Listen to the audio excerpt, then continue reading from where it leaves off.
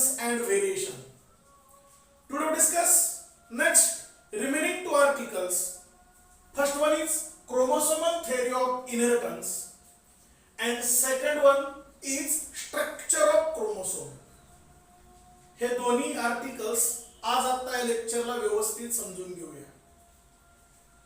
First focus on this first article, chromosomal theory of inheritance.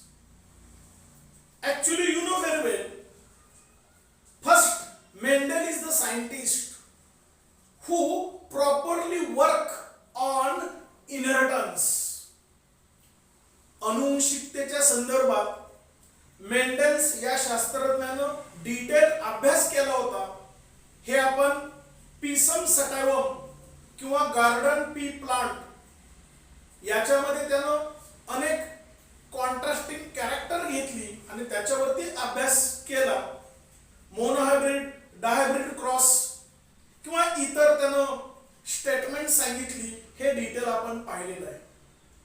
त्याच्याद्वारे त्याच्या लक्षात आलं he know very well about inheritance. He explained his work in 1866. 1866च्या दरम्यान त्यानं inheritance अनुवंशिकतेच्या संदर्भात त्याची मतं त्यानं पब्लिश केली, एक्सप्लेन केली. But here this explanation not widely accepted. पण शक्यतो त्याच्या त्या सर्व मतांचा फारसा कुणीही ऍक्सेप्ट केलं नाही किंवा त्याच्याकडे दुर्लक्ष केलं, कुणीही लक्ष दिलं नाही. Because he explain this biological term inheritance in mathematically and statistically. Mathematics किंवा स्टॅटिस्टिक या मेथडद्वारा बायोलॉजिकल टर्म इनहेरिटन्स त्यानं मांडण्याचा प्रयत्न केला. त्याची मांडण्याची पद्धत वेगळी होती पण परफेक्ट होती. पण बायोलॉजिस्टनी ती फारशी ऍक्सेप्ट केली नाही. त्याच्याकडे बरेच वर्ष दुर्लक्ष केलं. नियर अबाउट 1900 1900 सालापर्यंत जवळजवळ तो कन्सेप्ट दुर्लक्षितच होता. He properly know about inheritance. मेंडेलला इनहेरिटन्स बाबत कॉन्फिडन्स होता. अनुवंशिकतेच्या संदर्भात त्याचा बेसिक कन्सेप्ट क्लिअर झाला होता.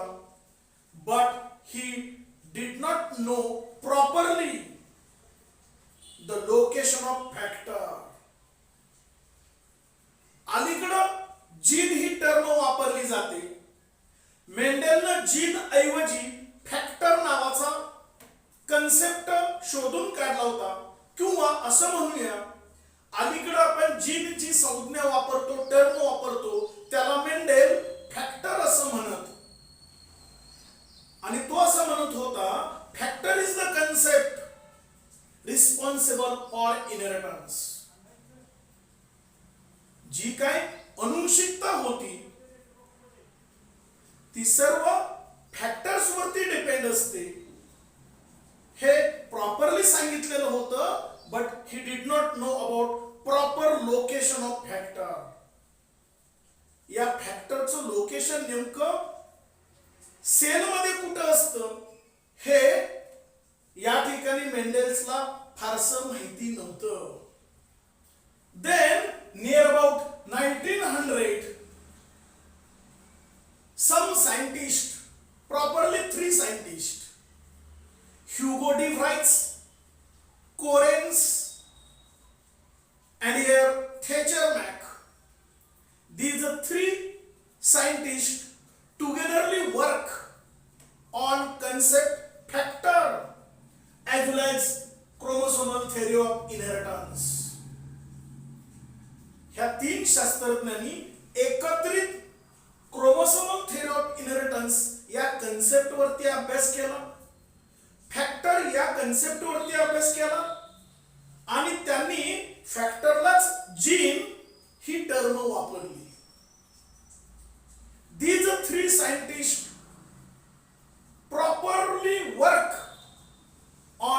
chromosome with the help of microscope, with the help of observation of cell and its division.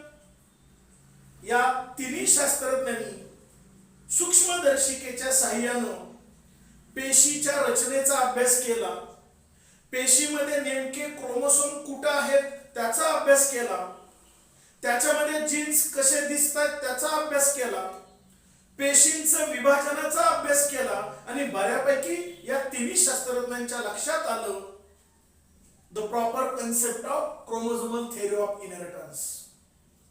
Side by side in near about 1903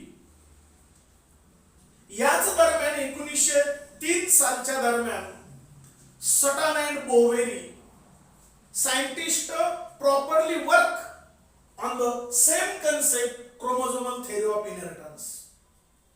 तोही याच कन्सेप्ट वरती प्रॉपर अभ्यास करत होता. त्यानं मात्र ही जी थेअरी आहे ती व्यवस्थितरित्या मांडली and it was widely accepted. सटन आणि बोवेरी यांनी 1903 च्या कालखंडामध्ये क्रोमोसोमल थेअरी ऑफ इनहेरिटन्सच्या संदर्भात जी मतं मांडली किंवा थेअरी एक्सप्लेन केली ती मात्र जगभर सर्वांनी ऍक्सेप्ट केली. त्याचं असं मत होतं chromosomes are mostly occurs or present in pair.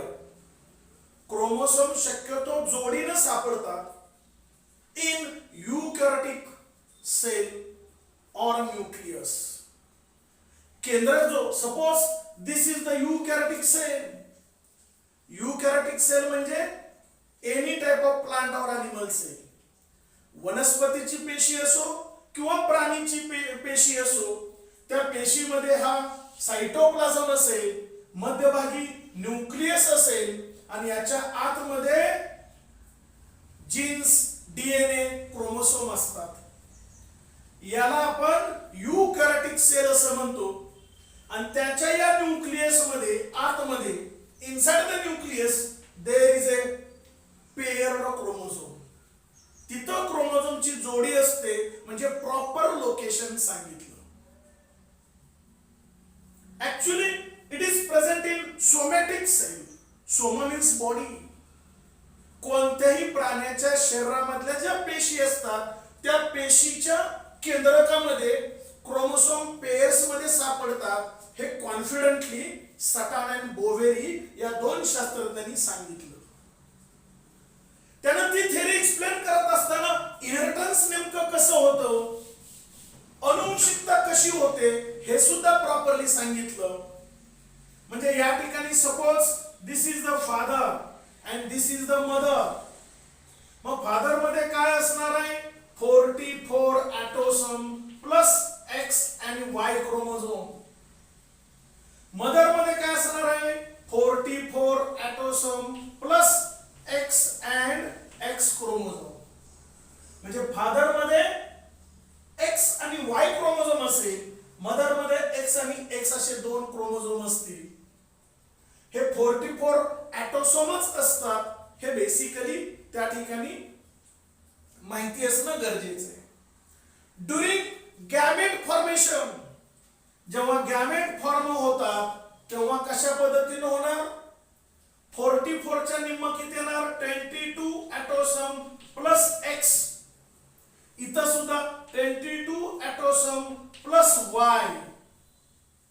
या पद्धतीनं गॅमेट फॉर्मेशन होईल, मियोसिस होईल, रिडक्शन होईल आणि हे क्रोमोझोम एकमेकापासून सेपरेट होतील, स्वतंत्र होतील, सेग्रिगेट फ्रॉम इच अदर. हा एक्स क्रोमोझोम इकडे आला, हा वाय क्रोमोझोम इकडे आला. इथं सुद्धा असंच 22 ॲटोसोम प्लस हा एक्स क्रोमोझोम इकडं आणि इकडं सुद्धा तसं 22 ॲटोसोम प्लस हा एक्स क्रोमोझोम इकडं असेल. आणि नंतर यातला हा हॅप्लॉइड मेल गॅमेट आणि हा हॅप्लॉइड फिमेल गॅमेट एकत्रित येतील आणि पुन्हा 44 ॲटोसोम प्लस एक्स एक्स या पद्धतीने होईल. आणि हा याच्याशी मॅच झाल्यानंतर काय होईल, chromosome plus X and Y. ही पुन्हा फिमेल चाइल्ड डेव्हलप होईल, हे मेल चाइल्ड डेव्हलप होईल. या पद्धतीनं क्रोमोसोमच्या दोन जोड्या असतात. ड्युरिंग गॅमेट फॉर्मेशन ते सेपरेट होतात, मियोसिस घडतं आणि नंतर पुन्हा ते एकत्रित येतात आणि डिप्लॉइड कंडिशन मेंटेन केली जाते. इतकं प्रॉपर इनहेरिटन्स, या पद्धतीची अनुवंशिकता एका पिढीतनं दुसऱ्या पिढीत, दुसऱ्या पिढीतनं तिसऱ्या पिढीत जात असते. हे प्रॉपर सटान आणि बोहवेरी या शास्त्रज्ञांनी 1903 साली chromosomal theory of inheritance properly explain केलेली आपल्याला दिसून येतं. The next concept chromosome. आता क्रोमोसोमच्या बाबत जरा व्यवस्थित समजून घेऊया. Actually chromosome is made up of two separate words. दोन शब्दांनी बनलेला आहे. Chroma means colour, soma means body, coloured body. It is a filamentous means thread like, असं धाग्यासारखं असतं. It is a filamentous thread like structure found in the nucleus of eukaryotic sale. मगाशीच आपण पाहिलं, ही प्लांट सेल आहे किंवा animal sale आहे, त्यालाच यूकॅरियोटिक सेल असं म्हटलं जातं. त्याच्या केंद्रकामध्ये म्हणजे न्यूक्लियस मध्ये अशी फिलामेंटस बॉडी असते, थ्रेड लाईक बॉडी असते, याला आपण क्रोमोसोम असं म्हणतो. It is a filamentous or thread like structure found in the nucleus of eukaryotic cell. Actually, it is made up of number of genes. Chromosome कशाने बनतो? अनेक jeans एकत्रित आल्यानंतर क्रोमोसोम तयार होतो. हे अनेक जीन्स एकत्रित कोणामध्ये येतील? डीएनए मध्ये येतील. आणि डीएनए कोणामध्ये असतो? क्रोमोसोम मध्ये असतो. हे या टॉपिकच्या इंट्रोडक्शन मध्ये आपण पाहिलेलं आहे. म्हणजे सर्वात छोटं कोण? जीन्स. जीन्स कोणामध्ये असतील? डीएनए मध्ये. आणि डीएनए कोणामध्ये असेल? क्रोमोसोम मध्ये. हे बेसिक परफेक्ट लक्षात असणं गरजेचं आहे. या पद्धतीनं क्रोमोझोम असेल. Here the size of chromosome vary from species to species. क्रोमोसोमची साइज स्पेसीज नुसार कमी जास्त असते. इन मेटाफेजिक स्टेज, जेव्हा मायटोसिस किंवा मियोसिस, मायटोसिस म्हणजे डुप्लिकेशन स्टेज आणि मियोसिस मीन्स रिडक्शन स्टेज, पेशींचं विभाजन होत असताना या पद्धतीच्या स्टेजेस होत असतात, मायटोसिस किंवा मियोसिस. आणि हे घडत असताना या ठिकाणी त्यातली प्रोफेज, मेटाफेज, एनाफेज, टेलोफेज अशा महत्वाच्या स्टेजेस असतात. त्यातली दुसऱ्या क्रमांकाची जी फेज असते मेटाफेज. त्या मेटाफेज मध्ये हे क्रोमोझोम थिक झालेले असतात, कंडेन्स एकत्रित आलेले असतात आणि म्हणून सेल डिव्हिजन मध्ये मायक्रोस्कोप खाली जर पेशींचा अभ्यास केला, सेल डिव्हिजनचा अभ्यास केला, मायटोसिसचा अभ्यास केला तर मेटाफेजिक कंडिशन मध्ये क्रोमोझोम इझिली व्यवस्थित आपल्याला दिसतात. Chromosome properly seen during metaphasic stage under the microscope. म्हणजे या पद्धतीनं हे क्रोमोझोम असतील. Size varies from here 0.1 to 33 micrometre in length. 0.1 to 33 micrometre in length. Fine 0.2 to 2 micrometre in wide और थिकनेस. इतकी त्याची लांबी, रुंदी ही आपल्याला या ठिकाणी मेजरमेंट किंवा साइज कमी जास्त स्पेसीज टू स्पेसीज आपल्याला झालेली दिसून येईल. Here the proper function of chromosome is actually it is a carrier of heredity. अनुवंशिकता वाहून नेणं हे अत्यंत महत्वाचं कार्य क्रोमोसोमचं असेल. का? Because chromosome consist DNA and DNA consists genes. Genes फार महत्वाचा आहे, डीएनए फार महत्वाचा आहे. अनुवंशिकता दर्शवणारं मटेरियल म्हणजे जीन्स आणि डीएनए हे क्रोमोसोम मध्ये असतं आणि म्हणून क्रोमोसोमचं प्रॉपर फंक्शन काय असेल? It is a carrier of heredity. Actually it play important role in 4 महत्वाच्या प्रोसेस मध्ये क्रोमोसोमचा रोल असतो. त्यातली पहिली हेरिडिटी अनुवंशिकता, दुसरी व्हेरिएशन बदल, तिसरं म्युटेशन ज्याला मराठीमध्ये विणघात म्हटलं जातं. विणघात इंग्लिश मध्ये त्याला म्हटलं जातं sudden and abrupt change takes place in an organism. अचानक नको असलेला झालेला बदल म्हणजे म्युटेशन. आणि चौथं इव्होल्युशन उत्क्रांती. Heredity, variation, mutation and evolution, these 4 most important process takes place with the help of chromosome. ह्या 4ही महत्वाच्या प्रक्रिया क्रोमोसोम मुळे घडतात. हे फार महत्वाचं त्याचा इम्पॉर्टंट रोल आपल्याला दिसून येईल. and you know very well about number. Here actually number of chromosome is a specific, but number is a different in different organism.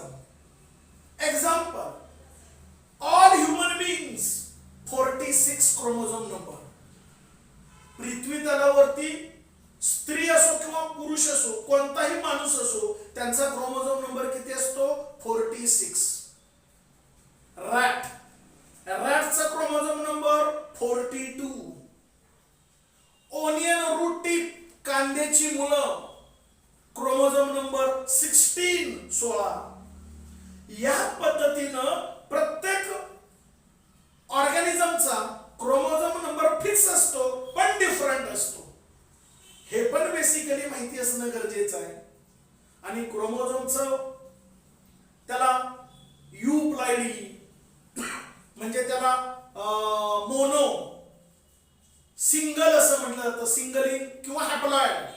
Haploid म्हणजे सिंगल, मोनो म्हणजे सिंगल किंवा युप्लॉइडी असं म्हटलं जातं. डिप्लॉइड म्हणजे 2 क्रोमोझोम, ट्रिप्लॉइड म्हणजे 3 क्रोमोझोम,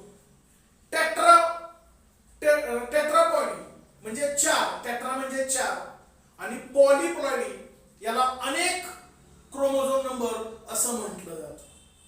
म्हणजे या पद्धतीनं हे सुद्धा जाता जाता माहिती असणं गरजेचं आहे. Then about the structure of chromosome. This is the rough diagrammatic representation of chromosome.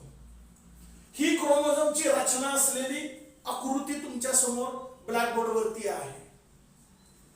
यामध्ये पहा, हा जो राउंडेड पोर्शन आहे याला सॅटेलाइट म्हटलंय. ऍक्च्युली त्या ठिकाणी न्यूक्लिओलस असेल.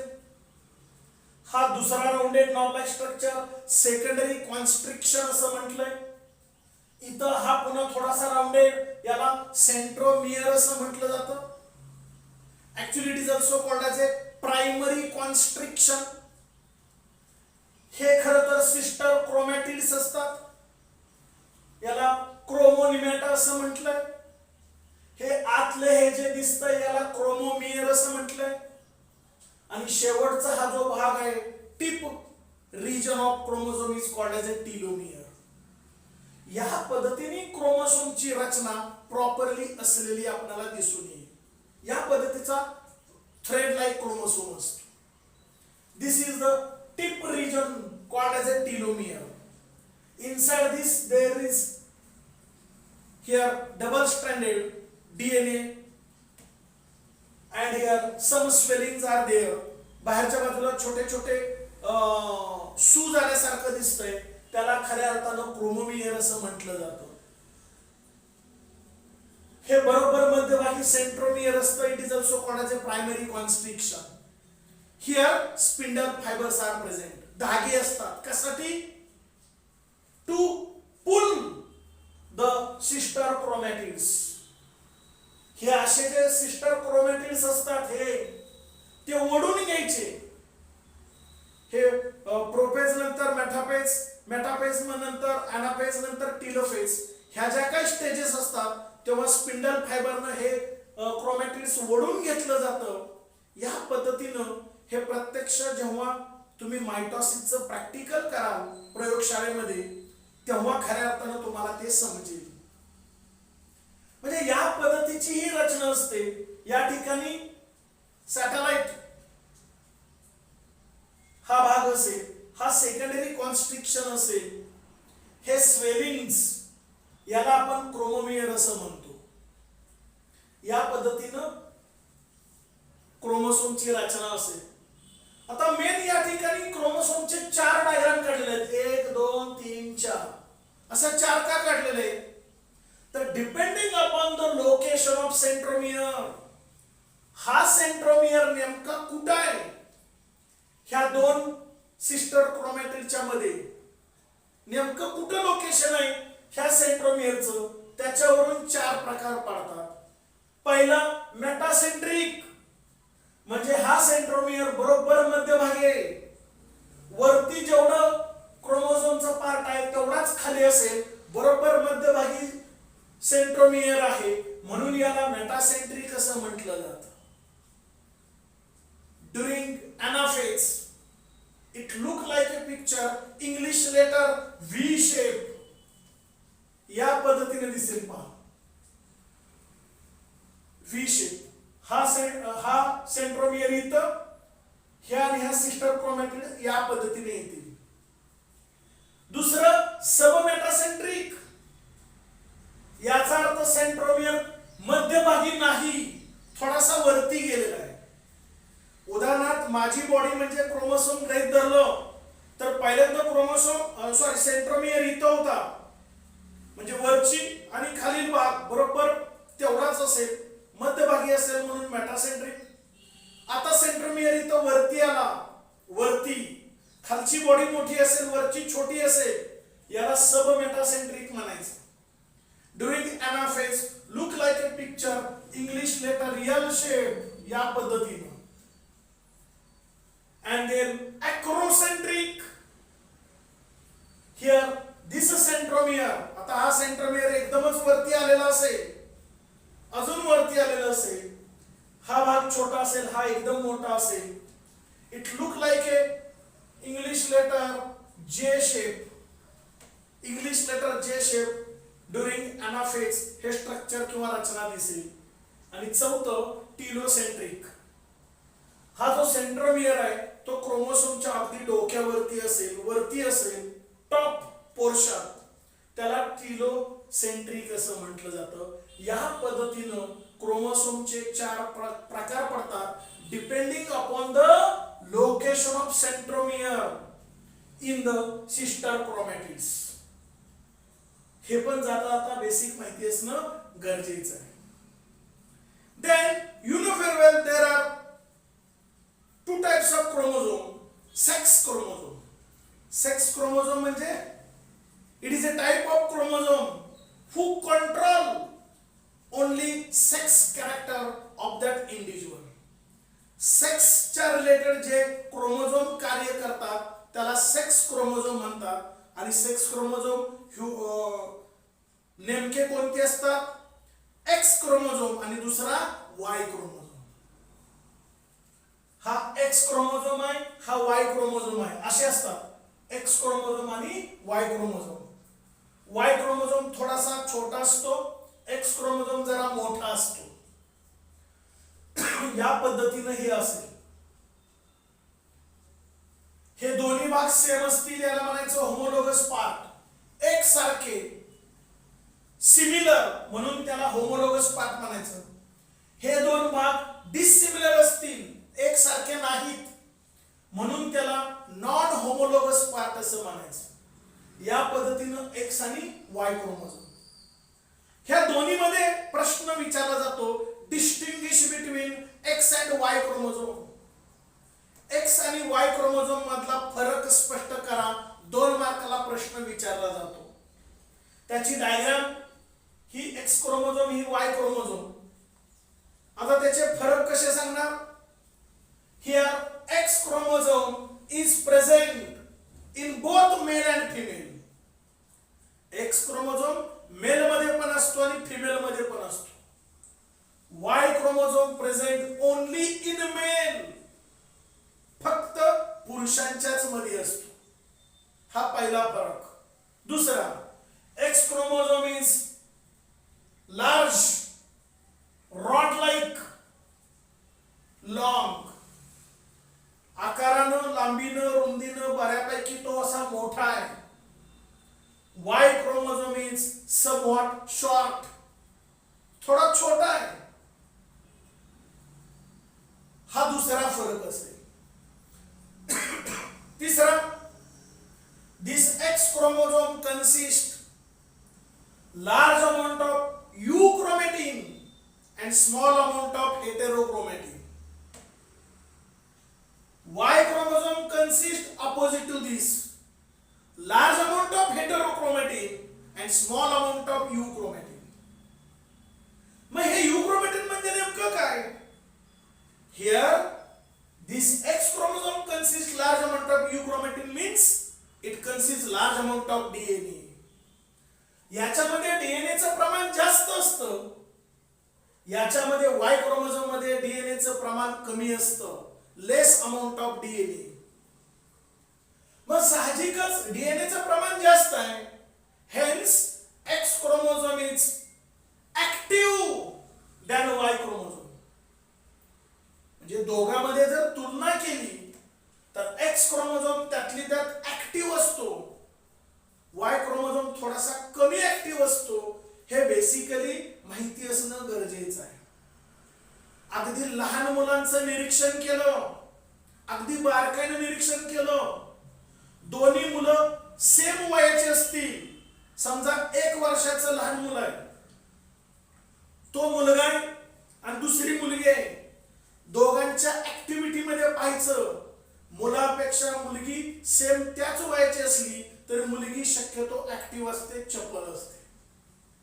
मुलींची वाढ झपाट्यानं होते, स्पीडली होते, मुलांची हळूहळू होते. आणि बाकीचं तर तुम्हाला माहिती आहे, 10वी असो 12वी असो, बोर्डामध्ये जास्त शक्यतो मुलीच येतात, मुलं जरा थोडीशी कमी येतात, हेही माहिती आहेच. खरं तर सर्वार्थानं मुलांच्या पेक्षा ऍक्टिव्ह असतात, स्ट्रॉंग असतात. हे पण बेसिकली जाता जाता माहिती असणं गरजेचं आहे, म्हणून या ठिकाणी सांगितलं. ही X chromosome is active than Y chromosome. Here both homologous region of X and Y chromosome is same and crossing over takes place. X आणि Y क्रोमोझोम जेव्हा क्रॉसिंग ओव्हर होतो तेव्हा या होमोलॉगस रिजन मध्ये होतो, हे पण माहिती असणं गरजेचं आहे. And this non homologous part म्हणजे एक सारखा नसलेला भाग, याला non homologous part of X chromosome consist X linked genes according to name indicate. नावानुसार non homologous part of X chromosome consist X linked genes. Example, colour blindness, haemophilia, ही दोन महत्वाचे एक्झाम्पल एक्स लिंक्ड जीनचे असतील. Here non homologous part of Y chromosome consist Y linked gene. Example, holandric gene, hairy pinna, कानावरती केस असणं, हे फक्त पुरुषांच्या मध्ये घडतं, कानावरती केस असणं. याला होलँड्रिक जीन किंवा हायपर ट्रायकोसिस म्हटलं जातं. हेरी पिन्ना या पद्धतीनं वाय लिंक्ड जीन असतं. हे एक्स आणि वाय क्रोमोझोम मधला नेमकेपणानं फरक असेल. आणि मेन बेसिक गोष्ट लक्षात घ्या, फिमेल मध्ये दोन्हीच्या दोन्ही एक्स क्रोमोझोम असतात, मेल मध्ये एक एक्स क्रोमोझोम असतो आणि एक वाय क्रोमोझोम असतो. पण जरी एक्स क्रोमोझोम ऍक्टिव्ह असला तरी only Y chromosome is responsible for a determination of sex. Sex जर ओळखायचं असेल तर Y क्रोमोझोम महत्वाचा आहे, कारण फिमेल मध्ये दोन्हीच्या दोन्ही एक्स क्रोमोझोम आहे, मेल मध्ये एक एक्स आणि दुसरा वाय आहे. म्हणजे वाय हा एकटा क्रोमोझोम जरा वेगळा आहे, त्याच्या असण्यावरून मेल का फिमेल ठरणार आहे आणि म्हणून मी जाणीवपूर्वक असं म्हटलं only Y is the chromosome which is responsible for determination of sex. या पद्धतीनं हे क्रोमोसोम आणि क्रोमोसोमल theory of inheritance आज आर्टिकल आपण पाहिली. I hope you understand about these two concepts. Is it clear? Okay, thank you.